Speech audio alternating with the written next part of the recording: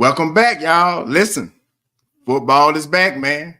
Football is back. Your boy, North of the Lake Mon, is back, man. Look, I want to thank everybody for their support and encouraging me to continue my platform. You know, a lot of people approach me in person saying, man, when you going to bring the show back? So here we go, y'all. Look, this time we bigger, we better. I got the quality better for y'all. You know what I'm saying? I want to make sure I bring back a good product for you guys, man. So we're going to jump right into things. Like I said, once again, I want to thank y'all for y'all support.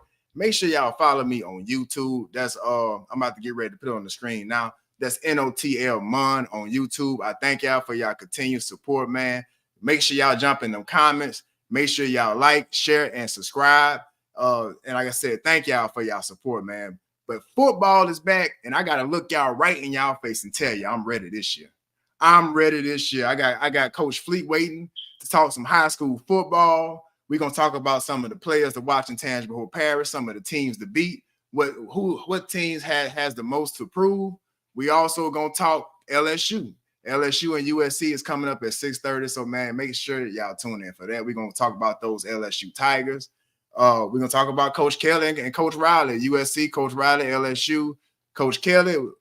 They got both of those guys got a lot to prove. So we're gonna break that down, man. And we're gonna get deep into the LSU game and Garrett Nussmeier and the LSU Tigers, man. So make sure y'all hold tight. Like I said, I thank y'all for tuning in to North of the Lake. Please just make sure y'all subscribe on YouTube. That's NOTL Mon on YouTube. We are streaming on Facebook, YouTube. I'm having problems with Twitter, now known as X. I'm having problems with that now, but we're going to get that straight too. And also on Instagram, man. Shout out to everybody that's on Instagram. So we're going to get right into things, man. Louisiana high school football kicks off, man. I went out there to Hammer High versus Live Oak the other night, Thursday night game, the Jamboree. It was a good fought game. You know, both teams had some players out, man. So Louisiana high school football is back. And I got the perfect man to talk about some Louisiana high school football waiting in the wing. So we're going to get right to it, and we're going to welcome in my boy, Coach Fleet. Coach Fleet, what's going on, baby? Let's get your audio right. Can you hear me? Yes, sir. I can hear you.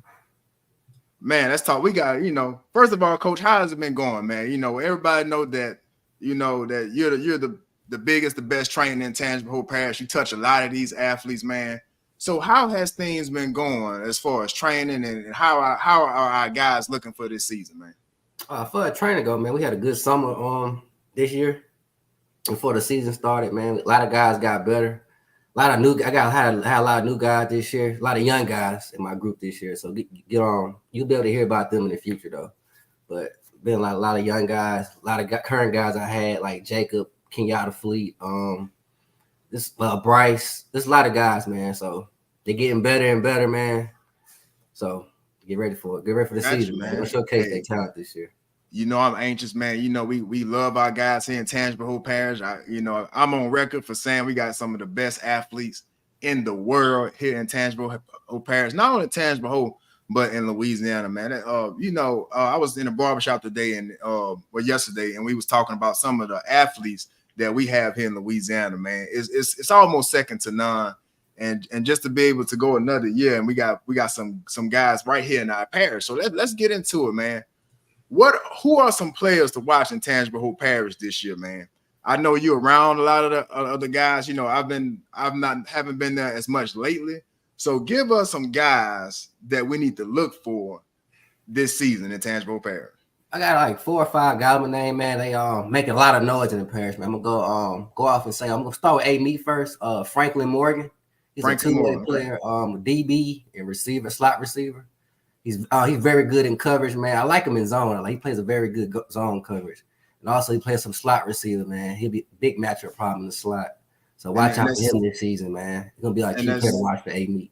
And that's Franklin Morgan from A-Meat High School we talking about right now. We talking about players to watch in Tangible Hope football this year. Like I said, we have covered the jamborees. Most of the jamborees was either Thursday or Friday night. Me and you went out there for Hammer High versus Live Oak. And let's talk about one of our own guys, man, Kenyatta Fleet, who just happens to be your little cousin. So, man, man. What you see in Kenyatta Fleet, man? He's one of the more talented guys that's in our parish this season. He's a senior this year, man. So talk about some of the things that he brings to the table. Ken's a 3-year starter on varsity. Two-way player. He played corner sometime, nickel sometime, safety. Also play outside receiver. So he's a 3-year starter. Worked very hard throughout the summer. We're looking for him to make a big splash this year. We got sitting on 4 offers right now. Arkansas State, ULL. I want to say he got Lamar University. And he got Grambling State, I think he's sitting on right now. Man, that's awesome. You know, that's our guy, man. He's been with us since he was a pre-teenager, man. And, you know, you've been knowing him his whole life, but we had the privilege to be around Kenyatta Fleet, man. Let's look at a highlight from Kenyatta Fleet. We're going to add it to the screen right here. This is just some of the talent that he brings to the table, man. He can high point the ball. He has great ball skills, and he also can play good in coverage. This is a good example of our guy right here, man, against Ponchatoula last year, man. Yeah, so you see that energy he bringing to the table there. You see that energy, man. But yeah, so as far as Kenyatta, we know what he brings to the table. But another guy, man, talk about the running back out of LaRondra, man. I've been hearing a lot about him. I haven't got a chance to really watch his film. Oh, Rollin James, man. He's very fast, man. He had a game. We had seven or 8 touchdowns last year. So he made a name for himself against Franklin. And I think they won like 79-54. He had 7 touchdowns, man. He also had a good game against Ponchatoula this week. So, man, look out for him. LaRondra has a good team to watch out for, too, as well. So, watch out for him and LaRondra this year. LaRondra is nice this year, man. You know, we went to that. I think it was that spring game, and LaRondra actually beat Ponchatoula in that game. Ponchatoula's a 5A school, so shout out to LaRondra High School. They're going to be somebody to look out. We're going to get into that a little later in a few here. We got to talk about our boy, Jacob Robinson. Jacob Robinson out of Ponchatoula High School, man. That's our guy. Another guy that's been with Miami Fitness for a while, man. Probably since he was, you know, maybe about 13 years old, maybe somewhere around there. Let's talk about Jake Robinson, man. Big guy, physical, and will lay that hat. He will lay that hat, bro. You know, Jacob coming with bad intentions. That's how I like to see him come, man. Talk about Jake, man. What you see in Jake? Jake, he played a lot of outside backer. He hit 3 starter too. He been playing a lot of outside years, but now he's playing middle. He's gonna be a leader of the defense this year, so they're gonna feed off his energy. And also, he lost like 20 pounds, so he's like at 220 now, playing faster. Yeah. So, man, right now he doesn't have any offers, but man, look out for him toward this. He's gonna have a great season. 220 might look good on Jake, man. You know, I always stress to him. I said, man, I think you're a defensive end, man. You know, I know you're playing outside linebacker right now, but I think if he get to set that edge, it's gonna be some people that's gonna be. He's gonna have some people running for their life, man. Shout out to our boy Jake Robinson, and man, I gotta shout out TJ Jones out of Hammond High School. Oh yeah. Once again, this is a biased platform for y'all who just tuning in to this season of North of the Lake. This is season 2, episode 1. But if you was here last year, you know this is a biased platform. So I gotta talk about my boy TJ Jones. Not even because I'm just being biased, because how talented he is, man. Shout out to TJ Jones, man. He's coming into his sophomore season this year. He started quarterback on the 5A level as a true freshman, man.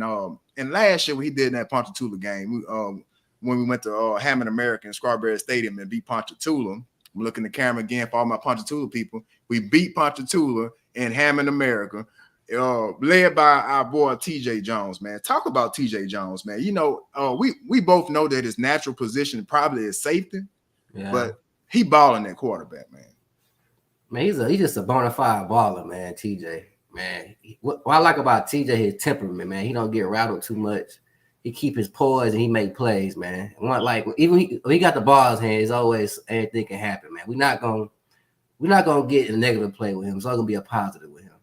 That's what I like about TJ. And that's a fact. And just his the poise he had as a freshman, man. I mean, I couldn't imagine being thrown out there as a freshman quarterback in 5A football. Years old, he handled it. He handled it so well, and to be honest, he can throw the ball a lot better than you think he can. Mm-hmm. You know, for a guy whose natural position is a safety, bro, he be throwing that thing, man. Like he ain't just back there just Mike Vicken. I mean, which he can do. He can take off and run with it, but when he want to throw the ball, he really impressed me in that Ponchatoula game, man. I mean, that was impressive. Man. I mean, just to show that he put on, man. That's impressive, man. But that's some of our guys in Tangent, man. And so that's a lot more guys. Even we can throw Bryce name out there. What is Bryce's last name? Is it Bryce Carter? Yeah. Bryce Carter. Bryce Carter's another guy for our Hammer High Tornadoes, bro. Under the leadership of Coach Buckles, man. That's another guy that you got to watch out for this year. Bryce Carter for Hammer High School. I think he's number 21.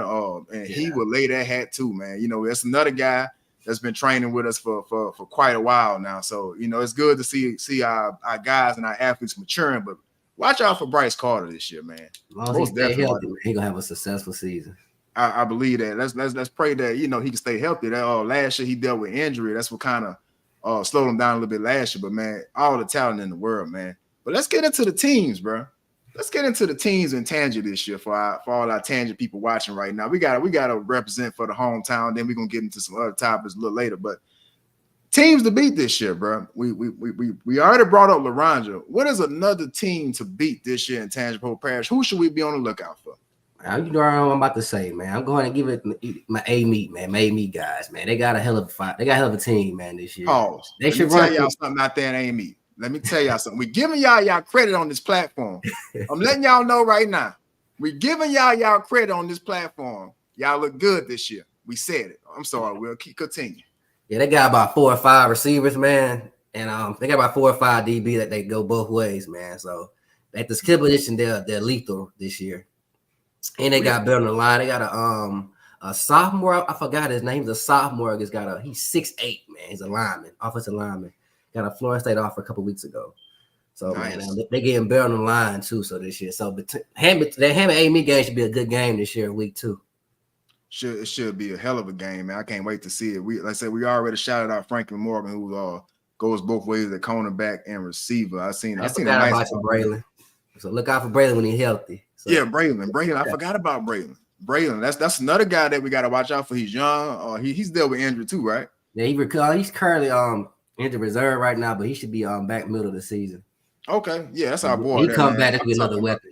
So. I'm talking about he can put him down and pick him up. I'm talking about he can drop them hips like I don't want nothing to do it. And if I was a cornerback right now, I want to do it with a guy like that, man. But shout out to the Amy Warriors. You went to that spring game and they look good. They got some guys that can catch the ball. I'm telling you, to my Hammer High Tornadoes right now. Y'all, this is not the same game from last year, okay? No, it's not. Amy can play this year, bro. I'm just going to give them their props. I seen it, and they look like an Amy team. That's all I'm going to say, man. But let's talk about Laranja, too, man. Laranja beat Ponchatoula in that Jamboree game the other night, man. So that's impressive. If a 3A school, Laranja is still in 3A, right? They're in 4A now. They're in 4A now. Approaching 5 in a couple years. Look out for that. Go ahead. They're approaching 5 in a couple of years. Be careful. They got like 700, 800 students. So if they get to 900, it's gonna be 5. So look out for them. Laranja is pretty talented, man. We already talked about Ryland James out of Laranja High School. He's a sophomore this year. Like last year, I think you said he had like 6 or 7 touchdowns in one game, bro. So you know, we definitely gotta look out for Laranja. I think they're gonna make some noise this year, man. They surprised me how physical they play. But they played Ponchatoula real physical, man. I ain't used to seeing that from a Laranja team. They were real physical, man. Yeah, and you know they did, but they, you know, ever since, you know, the Gerald Brazil days, they've been having a pretty decent team out there in Laranja, man. So definitely gotta watch out for them, man.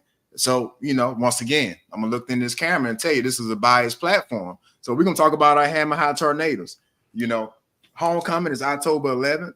We got Mandeville for homecoming. We talked about TJ Jones. We talked about Kenyatta Fleet. Teams to beat in Tangent Parish. You got to watch out for our Hammer High Tornadoes, bro. Most definitely. You have to. We got some guys, man. We got 99 Big Baby. I can't think of his Big Baby. I can't think of his legal name right now, but 99 for Hammer High is the real deal. That defensive tackle. Darius Servik, that's his name. Darius Servik. He is the real deal. That defensive tackle. He penetrates. He can shed blocks pretty good, and he was giving Live Oak hell the other night. He take over a game. Full quarterback running for his life. Amy, remember?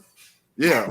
He had a phenomenal game against Amy last year, man. So we ain't gonna poke too much at Amy because we don't want to poke the bear. But let's get into which team in the parish got the most approved this year, man. Both the 5A schools, Hammer and Ponchatoula, has a lot to prove this year. They both. I think the last 2 seasons, I think Ponchatoula went 5-5. We went 5-5 and 4-6 the previous last year. So it's about, can these 2 teams in 5A compete? at a high level. So that's why I think that both our 5A teams. Also, I'm going to go LaRon. They've been down a couple years. Can they make that leap into 4A this year? So them That's three right. teams I think got most approved. Rest of the Th- schools Those, solidified themselves. those are some good picks. I'm gonna stay home with this. Like I said, once again, this is a biased platform. My Hammer High Tornadoes. I will pick my Hammer High Tornadoes. You know, Coach Buckles has done a great job of turning the program around. But I think this year is a good year to set the tone for the future. Like I said, we barely missed the playoffs last year. Year before last, we did go to the playoffs. So he has done a good job of turning the program around. But this year is the year that I think that we have to go and just, you know, start punching people in the face, bro. You know what I'm saying? Just no mercy, man. But before we get you out of here, man, any more players that we need to know about that come through Miami Fitness? Shout out to Coach Fleet. He is the trainer and the owner of Miami Fitness Trainer, man. So shout out some of the guys, man, and tell them why they should come train with you. Oh man, I got of course I'm gonna just bring up Kenyatta name. Who else they could? JaVale Gilmore, who's at Mississippi State now. Shout out to JaVale. Let's get some love to JaVale, man. Shout out to JaVale Gilmore. Gonna be starting this year too, man. Shout out to JaVale. Yeah, and he another one of them day one guys. He another one of them day one guys that started with us. Also money man, bro. Money's still at Grambling, right? Texas College now. Yeah, Texas College. Yeah, Texas College. Okay. Even down that level. Shout out to my guy. Shout out to Monty Gilmore as well, man. Them my day one dudes, man. We watched them dudes grow up, man. So shout out to them. Shout out to you, Coach Fleet. Man, thank you for joining the program, man. If you and please leave a comment. I'm about to get into this LSU football talk. So yeah, before you go, man, who you got tonight? LSU versus USC, 6:30. Give me a score. Give me a player of the game, and just give me a breakdown. Man, I took a good look at USC bowl game last year. They did kind of all right. So I ain't gonna lie. Put like this. I got LSU winning this game, but I feel like Lincoln Riley as a coach can expose some holes into LSU defense if he get his way with his play calling. He's one of the best. So, I feel like LSU gonna come out on top. But I feel like they gotta do better at the DB position. So this is gonna show how good the DBs can play against this type of style of offense because he's gonna come out throwing it. Oh, he gonna come out guns blazing, bro. He gonna come out guns blazing. Player of the game, man. I got some reason, man. I like CJ Daniels, man. I like that receiver, man. That came from Liberty, man. I feel like he's gonna be a threat, man. Downfield. Listen to me. I've been playing with him on College 25, and he won the Biletnikoff. Is that the award that the receiver of the year award? He won the Biletnikoff. I had like 15 touchdowns, 1,500 yards. I'm talking about I was just chunking that thing up to him. So man, I like him, man. He's real fast, man. I think he's gonna be that deep threat this year, man. Unless he's gonna be that possession finesse guy, but yeah, I feel like, man, I like him, man. When I watched him, I do too. I think LSU receiving corps is not getting the credit they really deserve. I mean, you got Kyron Lacey coming back off of a 500-yard season, 7 touchdowns. And you also got we forget about Aaron Anderson out of Edna Carr. I think he's a slot receiver. Yeah, I forgot about that. Yeah, I think he can make a pretty good impact on the game. And I know I'm missing some. And also, what's the guy out of I think he went to Walker High School. I can't think of his name right now. Wide receiver, man. Chris Hilton. I think we gotta watch out for Chris Hilton. Chris Hilton got them burners, man. He can burn. He can scratch the field and bust it wide open. I don't know what they got in the water in Walker, man. They put out some fast receivers, man. Brian Thomas. So yeah. Wait, did Hilton come from Walker? I might have misspoken on that. I'm not saying I don't really know him, but I know Zachary. He came out of Zachary. Okay. I didn't talk about it now. Yeah. Yeah, he came out of Zachary. He came out of Zachary High School. But look, Coach, man, we appreciate you joining us. Let me knock these topics out. Like I said, we got LSU versus USC at 6:30. So I'm trying to get the people out of here, man. Look, appreciate you, Coach. No problem, brother. Be blessed. Already, man. Be easy. Once again, y'all, I want to thank y'all for joining the platform, bro. This is North of the Lake with your boy Money Mon. And I say I want to thank y'all once again. If you are watching this live, man, please leave a comment. I can put your comment on the screen. If you think I'm tripping, if you think my take is bad and you think you know better, come on in here and let me know about it. Come on, let me know about it, man. We're going to get into these LSU Tigers, man. Let's get into the LSU Tigers. LSU opens the season versus USC in Las Vegas. I'm gonna be honest, I'm not a fan of these neutral site games. I think they need to get college football back to the college campuses, man. I don't like this neutral site stuff, but nevertheless, LSU is opening the season against USC. And I'm gonna be honest with you. My initial take when I first heard them schedule this game, I was like, this could be a challenge, man. I don't know why LSU want to just get into a battle every first game of the season, but I think this is gonna be a battle. And this is why I say that. Lincoln Riley can call them plays, man. And we all know what LSU defense was last year. It was a disaster, bro. I mean, our DBs couldn't cover nobody. You know what I'm saying? It was bad. So this is an interesting game for LSU, bro. Y'all let me know what y'all think about it in the comments. Like I said, I am streaming on YouTube. I am streaming on X. I think Twitter is having some problems. I may be down on X, but I am on Instagram and I am on Facebook, man. So my Facebook family, my YouTube family, please let me know what y'all think about the game tonight. But this is an interesting game for LSU, man. It's an interesting game for the program because you got USC, who is another historical program, bro, and it means a lot not only for LSU but for the Brian Kelly era, bro. Because it's like we've been kind of a little above average the last 2 years. We haven't been in the college football playoff. We had a Heisman caliber quarterback, which we just wasted 2 years of a Heisman caliber quarterback, bro. Like, I just feel like this game is so big to what the future of LSU, because you have a USC program who's not the best program. They haven't been the best program, and let's face it, since Reggie Bush. But we got to go ahead and prove something. This is a prove it game for Brian Kelly and LSU, bro. This is a prove it game. Most definitely. I mean, like I said, Jaden Daniels won the Heisman Trophy last year, but our defense couldn't stop nobody. Couldn't stop a cold, man. I mean, if LSU had a average defense last year, LSU probably wins the national championship.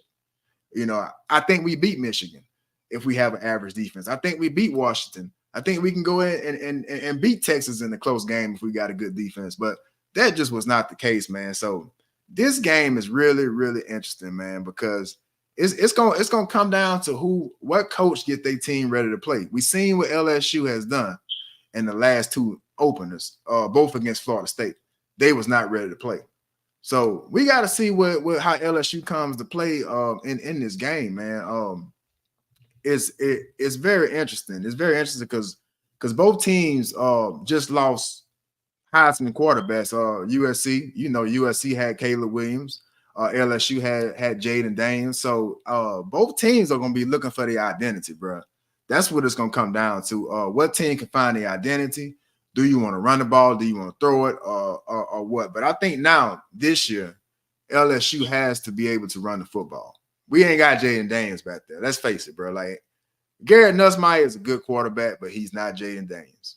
He is not Jaden Daniels, bro. So it's just going to come down to who can establish their identity in this game. Please let me know what y'all think in the comments. Like I said, this is North of the Lake Sports Talk Live.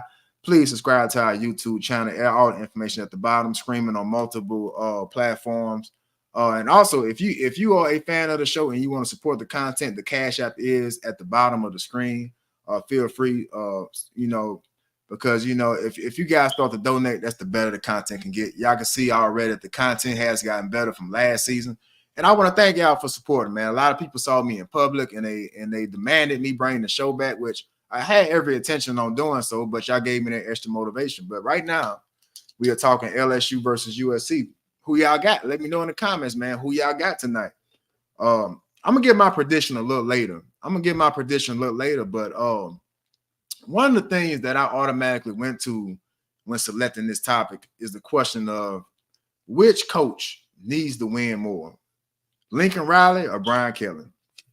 If you look at what Brian Kelly has done at LSU, 2 10-win seasons, I guess you can call it a success.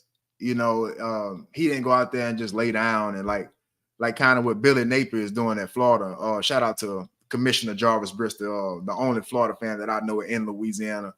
But y'all look bad the other day against against Miami, man. Y'all just did. Yes, that was a disaster. Cam Ward like a Heisman Trophy finalist, man, playing for Miami, but that's besides the point. Oh, but Brian Kelly has came off of two 10-win seasons, a Heisman Trophy winner, but what have we really gotten out of it, right? I mean, we did go to the SEC championship. LSU did go to the championship in SEC championship in Brian Kelly's first year, but we faced a superior Georgia team, and it just wasn't a good matchup for LSU that year. I don't think too many teams could beat Georgia that year, but I think this is important. I think this is an important game for Brian Kelly because the LSU fan base is very impatient, right? Even though you're coming off 2 10-win seasons back to back, there's a sense of urgency within the fan base. I think we all kind of waiting to see. So this is a very important game for him to win because it's either championship or bust in Baton Rouge. If you a true LSU fan, you know that. You know we looking for a championship. We already won. In my lifetime, we won 2. We won 3 all time. So we all know that it's championship or bust. And to a certain extent, I think Brian Kelly has underachieved at LSU. Just going back to last year with that defense, man, it was no excuse for that defense. I understand it may have not been the most talented defense that like we've seen over the past, with like the Tyrann Mathieu defenses, the Patrick Peterson defense. If we want to go way back to Coach Saban with Corey Webster and them boys, you know what I'm saying? But I think it had enough talent to at least be average, and we wasn't even average last year on defense. So that's a big problem for Brian Kelly, and we're gonna see tonight. We're gonna see tonight what happens. Just how we come out and ready to play. Brian Kelly has to get LSU ready to play tonight. Even if we just somehow lose, we got to look like we're prepared. But a loss, I think, effectively will put Brian Kelly on the hot seat, man. Let me know what y'all think in the comments about that. I think a loss would look real bad for Brian Kelly, man. I'm not saying that he may get fired at the end of the season, but I think if Brian Kelly loses this game, I think he's going to be in a lot of trouble, man. I think a lot of trouble. It's going to have a lot of impatient LSU fans, man. It's going to be a lot of impatient LSU fans. So y'all let me know what y'all think about that in the chat. But when we switch to Lincoln Riley came from Oklahoma. He had an established program. He had a Heisman Trophy winner in Baker Mayfield. Also, it was another quarterback. What other quarterback from Oklahoma won a Heisman? I know it was Baker Mayfield. Y'all let me know in the chat. My mind is kind of blank right now, but was it Kyler Murray? No, Kyler Murray didn't win a Heisman, did he? Yeah, actually, it was Kyler Murray. Kyler Murray won the Heisman at Oklahoma, if I'm not mistaken. So Lincoln Riley had 2 Heisman winning quarterbacks, but when you go to USC, he left an established program for USC. First season, Caleb Williams goes out and wins the Heisman Trophy. They win 10 games. I think it was 11 games, actually. I think they went 11-1. And he produces a Heisman winning quarterback. So good, right? But last year, you still had that same Heisman winning quarterback, but you go 7-5 with Caleb Williams, who was the number 1 overall pick in the NFL draft. So Lincoln Riley is his seat might be hot as any coach in the country right now because they gave him all that money. They gave him that nice house out there in LA. We all know how nice LA is. I wish I could be in LA right now. If it's one place I can move to, it'd be LA. Ain't no doubt about it. So I don't mind. I don't blame Lincoln Riley for going out there to LA, but it's put up a shut up. It's put up a shut up for Lincoln Riley right now. I mean, because look what he left for Oklahoma.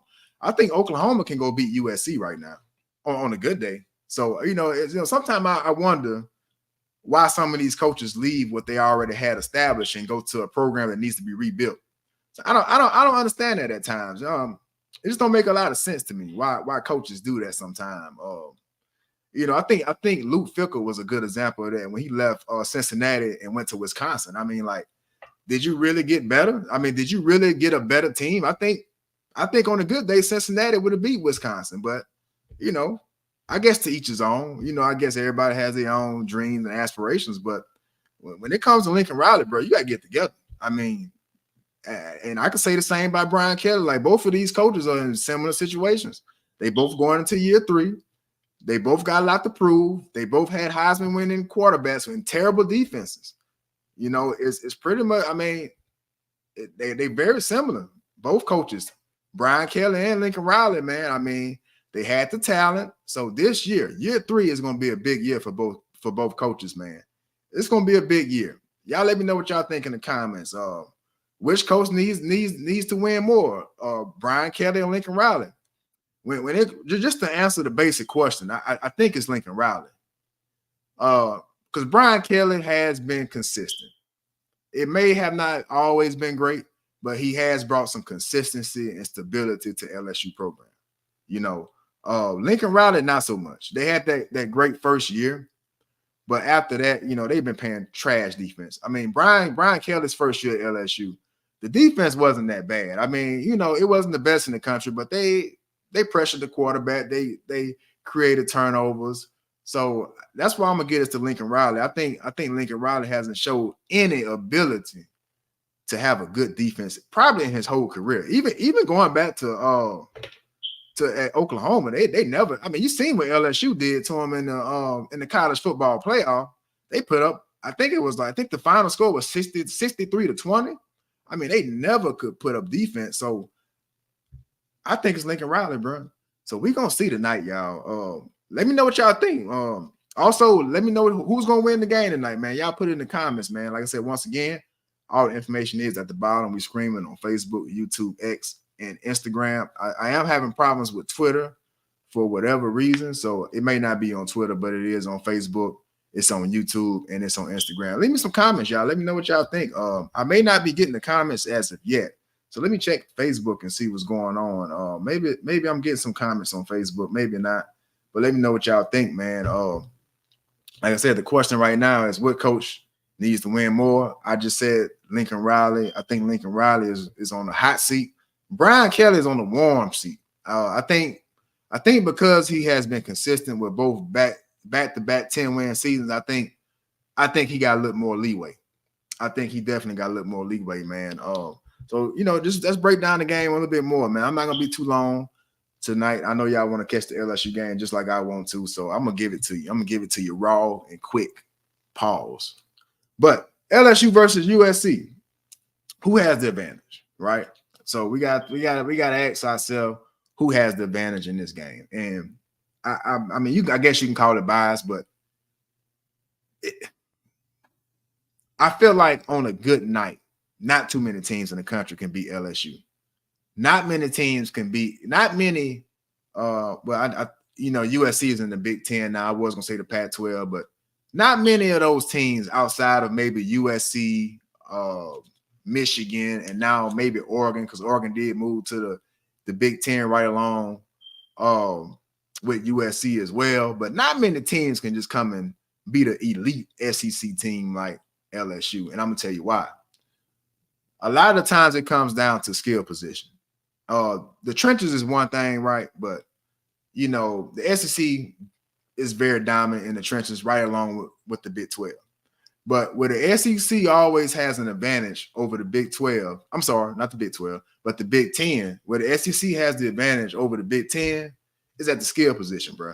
You seen what LSU did to Ohio State in that championship game in 2007. Like, USC was compatible on the line of scrimmage, but when it came to skill position, we just had too many guys. We had too many receivers. We had too many backs.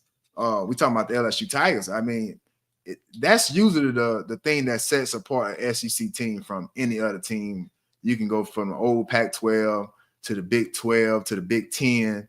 It's always a skill position because most programs have some guys that can, a couple guys on that line that can handle their business. But it's gonna come down, I think, to the skill position and which team can get their playmakers in space.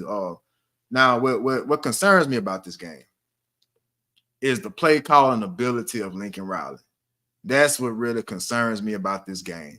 We all saw what LSU put out there at defensive back last year. It was not impressive. I mean, it had people running wide open all year.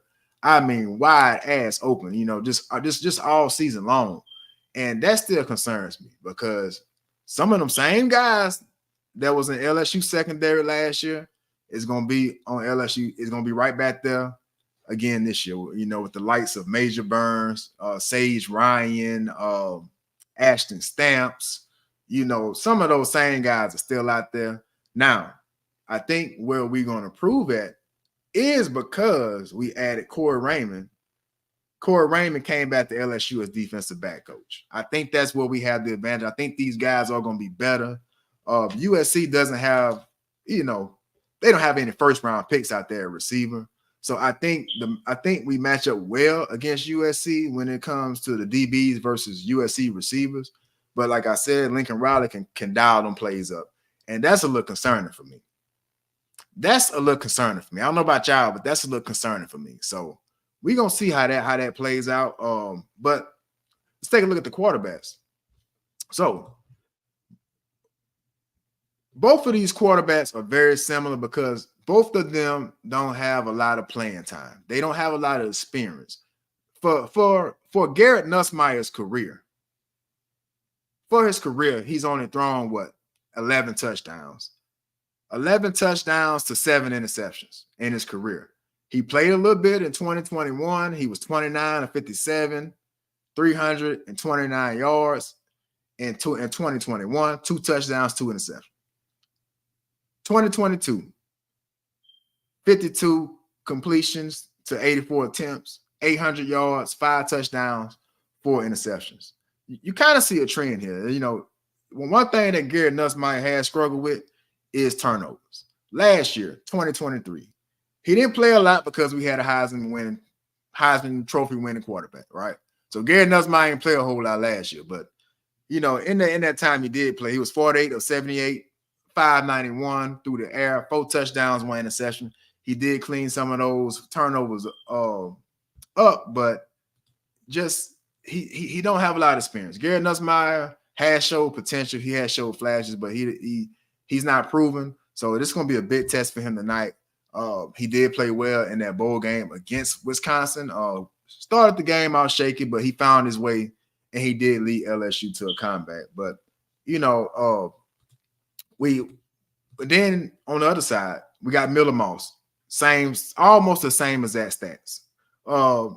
Miller Moss has not turned the ball over quite like good guy Garrett Nussmeier. We're not even close, to be honest with you. Came in 2021. 2021, he was 8 of 13, 74 yards a touchdown. 2022, he only had 12 completions, 14 attempts, 159 yards a touchdown. Last year, and I think this was only in that bowl game, or maybe that bowl. I think the bowl game that they had, he threw like 6 touchdowns. So I think the majority of these stats in 2023 comes from that one bowl game because Caleb Williams still had a pretty good season last year for USC, and I guarantee this dude didn't get on the field much last year backing up Caleb Williams, but he was 46 of 65, but he did complete 70% of his passes, 681 yards, 7 touchdowns to 1 interception. So he is a little better when it comes to turnovers than Garrett Nussmeier. So, when you see the quarterbacks in this game, they're kind of similar. Neither one of them are proven. Neither one of them has played a lot. So it's just going to come down to which quarterback can get the most comfortable and go out there and put it on the field, man. That's pretty much what it's going to come down to, man. And that kind of leads into my next question, man. Can Garrett Nussmeier live up to expectations? I don't see why not. But I think we got to be careful as LSU fans here. I think we got to be careful because we kind of on the high right now, right? We just had Joe Burrow go out there and win the Heisman. I mean, it seemed like Joe Burrow didn't miss a receiver the whole time in 2019. It's like whatever he wanted, he had it. If he wanted Jamar Chase, he had him. If he wanted Justin Jefferson, he had him. If he wanted Moss at tight end and Terrace Marshall or Clyde Edwards-Helaire, I mean, it was almost unfair in 2019, right? And that's what we got used to. We got used to Joe Burrow and Jaden Daniels. That's what we used to now. That's our expectation. So we can't put this on this boy, man. We can't put that type of expectation on Garrett Nussmeier, bro. It's like it'll be unfair. it'll be unfair to put that type of expectation on Garrett Nussmeier. So, well, I think he can be good enough for LSU to win. But we can't go out there expecting Jaden Daniels. Obviously not Jaden Daniels. I mean, not too many people can run and throw effectively like I never seen anything like it. I think he Lamar Jackson 2.0. And I made a video about this before last season, telling everybody this. Go check it out on my YouTube. Go check it out on my YouTube. That's NOTL on YouTube. Please like, share, and subscribe on YouTube. But go check it out. I was talking about Jaden Daniels before that season, but we cannot put that type of expectations on Garrett Nussmeier, man. It ain't fair to the dude, bro. Like I said, he hasn't played a lot. And the times we have seen Garrett Nussmeier, he has been like that gunslinger, like that Brett Favre type of mentality for all my older guys. First of all, I forgot to shout out my high school guys, man. Shout out to all our Tangy athletes. They are probably my biggest demographic, my biggest audience is those high school kids. So I try to watch what I say on here. I try not to get too out of bounds. But shout out to all those guys, man. But we just can't put those type of expectations on Garrett Nussmeier, bro. Like I said, he's been effective. He has been effective. You know, when he has gotten the game, but turnovers are kind of the question. Turnovers are kind of the question going into this game. So it's going to be very, very interesting to see how Garrett Nussmeier shows up tonight against USC following 2 Heisman winners. Like that's a tall task. So I don't think we should get our expectations as high as him winning a Heisman, but I think he's good enough to win. I think he's good enough to win games. I think he's good enough to be able to put himself in the conversation for, you know, I'm not going to say the Heisman Trophy, but maybe one of the, I forget the name of that, the quarterback, maybe the Maxwell Award, maybe. I don't know. Maybe he could be MVP of the SEC or something like that. But we'll see. We'll see, man. But let's just not put those type of expectations on Garrett Nussmeier. He's not Joe Burrow. He's not Jaden Daniels. All he can be is Garrett Nussmeier at the end of the day. All he can be is Garrett Nussmeier, and that's what I'm gonna hold him to. Like I said, hasn't played a whole lot. I read the stats out. Like I said, for his career, he has thrown 11 touchdowns to 7 interceptions. Has complete a little north of 60% of his passes. You know, so that's some potential there. We seen what happened in the bowl game against Wisconsin. Did pretty well in that bowl game as well. So, you know, but tonight is going to be a test. Not only for Garrett Nussmeier, but for Brian Kelly and for LSU. I think every LSU fan is a little nervous tonight because we don't. I think we don't know what's going to happen tonight. I think majority of Tiger Nation have no idea what's going to happen tonight, and we just kind of watching and waiting because we have a quarterback in Garrett Nussmeier who hasn't got a lot of playing time. We have a coach in Brian Kelly who has something to prove going into his 3rd season. So it's going to be interesting to see. But I think a lot of LSU fans is kind of just waiting and seeing right now because I want to go all crazy on here like I usually do and say we're going to win the national championship like I do every year. But this year, it feels a little different because I don't think we don't have a lot of proven players. We lost Brian Thomas in the 1st round last year. We lost Malik Neighbors in the 1st round, Jaden Daniels in the 1st round. I mean, that's a lot to lose. Let's be honest. Like that's a lot to lose in the 1st round and just period, man. We lost some playmakers. So I'm kind of just on the fence. I'm kind of on the fence. But we'll circle back to that a little later. But I do want to address this topic because I seen Nick Saban on College Game. They kind of addressed this. You know, somebody made the comment that Texas was going to just run through the SEC, which is ridiculous, right? It's ridiculous because you got to go back. You got to go back to 2019 when LSU went over there to Austin, Texas, and served that L up to Longhorn Nation. Okay, we all remember it. You know, we was all tuned in. That was the greatest college season a team has ever had. And Joe Burrow and Ed Orgeron walked into Austin, Texas, and served them that L. So calm down. I need all the Texas fans to calm down. This is the SEC, man. You got to go through Alabama, LSU, Georgia, Auburn. Florida looked terrible yesterday, but you never know with Florida, right? They can always pull out a win. You know, you got to go through some teams. And look at Missouri. Look at what Missouri did last year. Nobody expected Missouri to do what they did last year, but they did it, right? They did it. So, you know, just when it comes to the SEC, it's never anything that's given. So, you know, I think Texas can win in the SEC. We saw it. They was in the college football playoff last year. We all know that. But as far as running through the SEC, I think Nick Saban was right. It's just not going to happen. It's not going to be an easy road. You got to go through Georgia. Georgia has probably been the most consistent team in the last 5-6 years. 2 national championships. I know 2 for sure. I could be missing 1. Look at Alabama. I mean, I know Nick Saban has retired, but Alabama is still Alabama. I seen them play the other night against Western Kentucky. They still Alabama. I hate to say that on this platform. Y'all know how I am. This is once again, for anybody just joining, I'm going to look in the camera and tell you this is a biased platform, okay? I'm an LSU fan, I'm a Saints fan, and I went to Hammond High School. Okay, that's all you need to know. So just putting it out there for anybody who may be new to this platform, and I thank you for tuning in.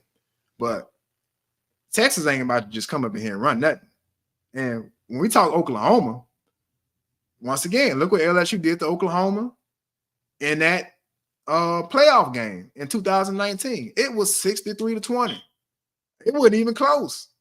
It wasn't even, I mean, it looked like a high school team was playing a junior high team, pretty much. You know, I mean, it wasn't close at all. So while I think both of these teams do have the talent to compete and win games in the SEC, they ain't about to run nothing. I think Texas has a better chance than Oklahoma. You know, like I said, Oklahoma has never showed any promise of having any defense. They have not showed any promise of having any defense since I've been in my lifetime. Not in a long time. I mean, you got to go back maybe like 15 years when Oklahoma had a decent defense. You know, it's been pretty much all offense and just pray we can stop them. That ain't going to work in the SEC. Now, Texas is a little more well-built than what Oklahoma is to come right in and start winning games. But it's going to be interesting to see, man. I mean, you know, let's take a look at LSU's schedule, because LSU has Oklahoma on November 30th. They have Oklahoma on November 30th. We don't play Texas this year. But it's going to be interesting. Like I said, this is the SEC, man. This is the SEC. This is the SEC. So they're going to have to bring it week in and week out. Week in and week out, they're going to have to bring it, man. So as far as just coming in here, I think a lot of Oklahoma and Texas fans, and it's crazy I mentioned Texas. I see their highlights here on my TV.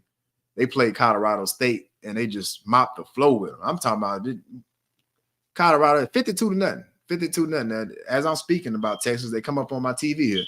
So it's going to be interesting, man. It's going to be very, very, very interesting to see. I think we all been wanting to see this. The SEC is stacked now, so it's going to be every week is going to be a challenge. Every week is going to be a challenge, man. So I can't wait to see it, but it's not going to go down like they think it's going to go down. You know what I'm saying? Like this is still the SEC at the end of the day. Alabama is still Alabama.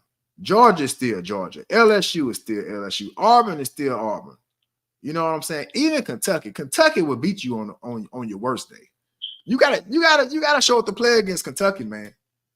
I seen Vanderbilt beat Virginia Tech the other night. So I mean, you know, that's a good win for Vanderbilt. So I mean, we're gonna see. But I do think Texas is my favorite to be in the SEC championship game, just based on what they did last year. And they got a quarterback. You gotta have a good quarterback to win a national championship. I think Quentin Ewers, I can never say his name right, but Texas quarterback Quentin Ewers, I think that's how you pronounce it. I think he's one of the best in the country. So Texas has a much better shot of success in the SEC than Oklahoma. So we're gonna see how that goes, how that dynamic goes down. Once again, man, y'all are north of the lake with your boy Amon Rashawn. Please like, share, subscribe on YouTube. If you're watching this live right now, please do me a favor and share it. If you are a supporter of the platform, please share this live so we can garner more attention. Also, I want to say to all our business owners out there, I will start advertisement for you guys. So if you are interested in getting advertisement on this platform, please shoot me a message on whatever platform that you can get me on. Once again, it's NOTL Mon on YouTube. We are continuing to cover the LSU game that's coming on here in a minute, 6:30. We're not going to be too much longer, so we can get ready for this game. It's going to be interesting, man. I've been waiting on this one for a while because if y'all remember, LSU and USC shared a national title in 2003. And I always thought that was BS. I always thought it was BS, bro. I thought it was BS. I'm like, how can you share a title with somebody? I thought they should just had a player. Just go, I thought both of those teams should have showed up in the parking lot and just started playing football. There's no way I'm going to share a national championship with you. Meet me in the parking lot. Meet me in the parking lot. Ain't no way. Hey, somebody got to come out of this. Somebody got to come out of this a winner. So it's going to be interesting because there's a lot of history that does go into this game, man.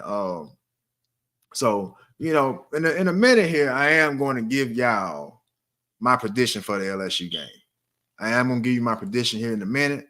But before I do that, I have to talk about these New Orleans Saints. What are my expectations for the New Orleans Saints? And I was in a barbershop. I was talking to my barber, Mr. Tony. And I said, you know what, Tony, bro, I'm not going to get my hopes up high this year. I'm not going to get my hopes high this year.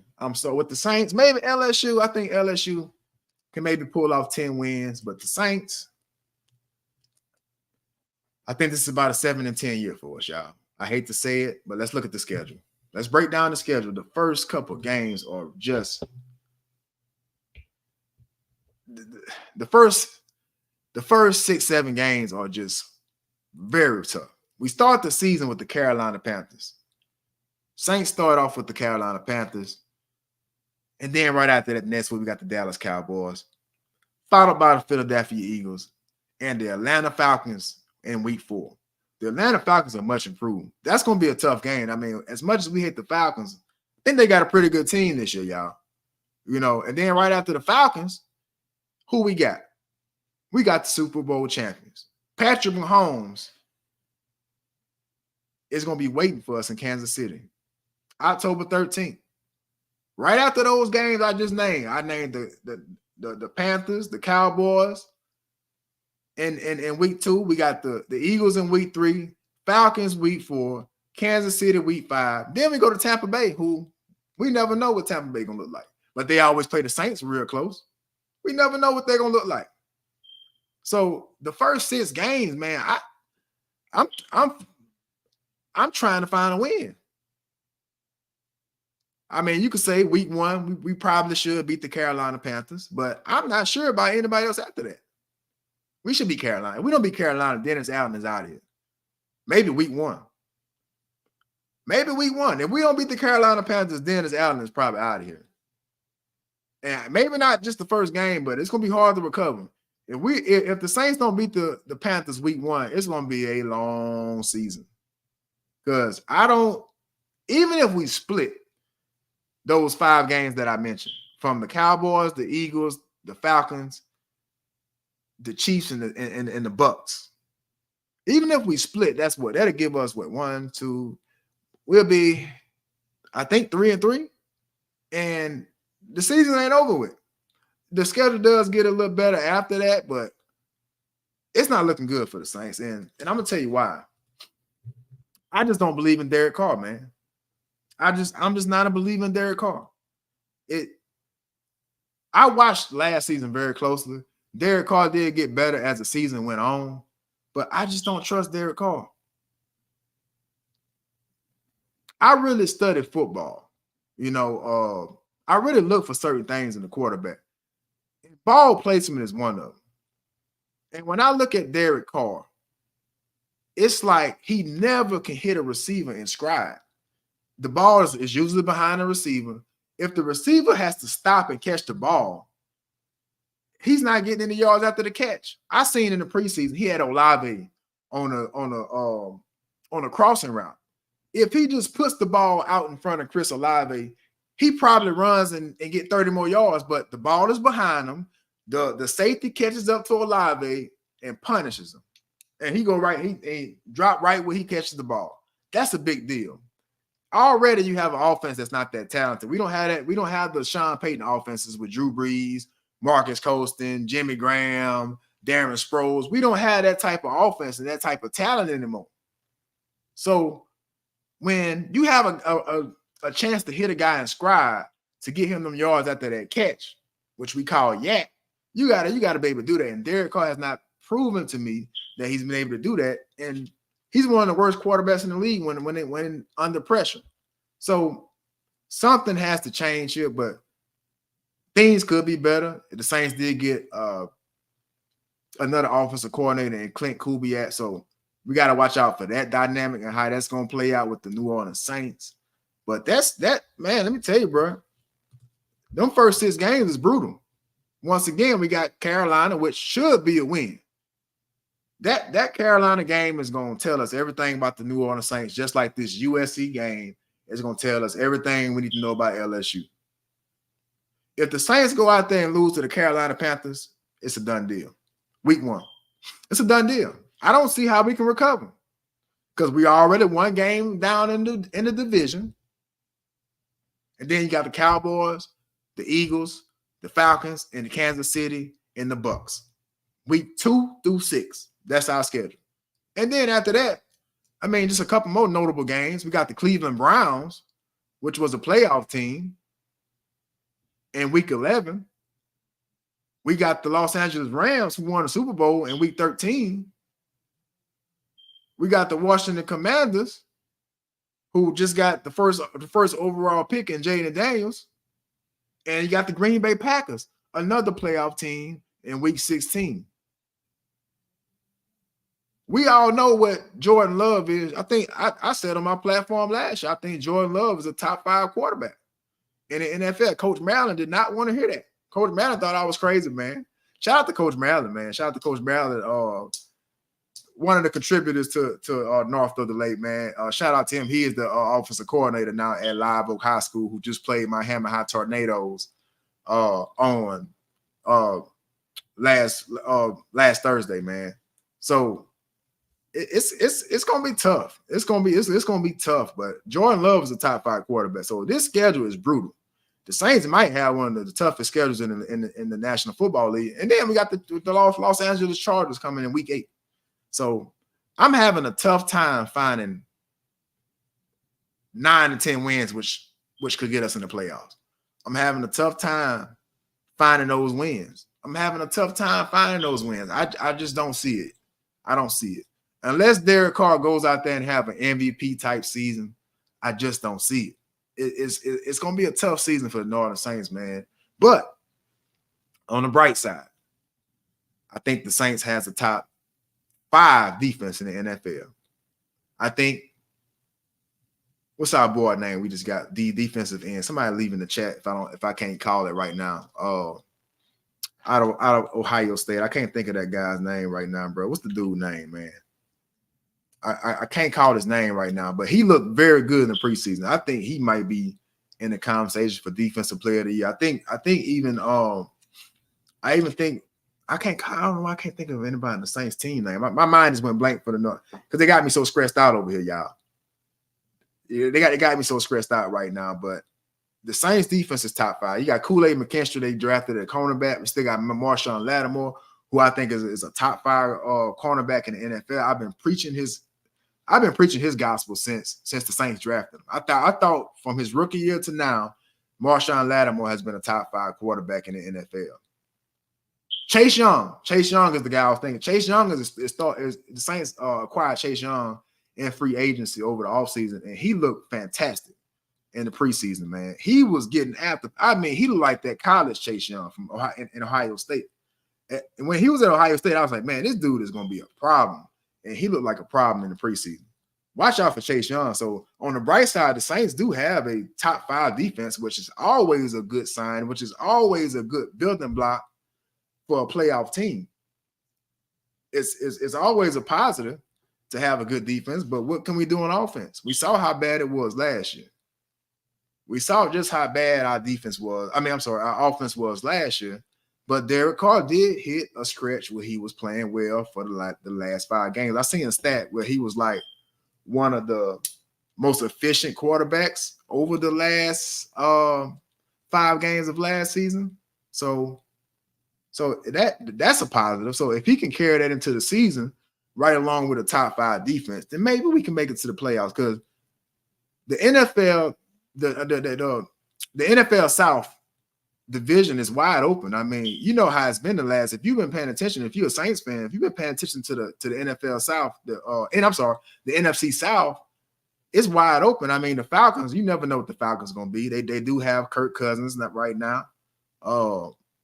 They made a move for Kirk Cousins, which immediately made him the best quarterback in the NFC South. So it's going to be interesting, man, because like I said, the NFC South is always wide open every year. You never know who's going to win in the NFC South. You just never know.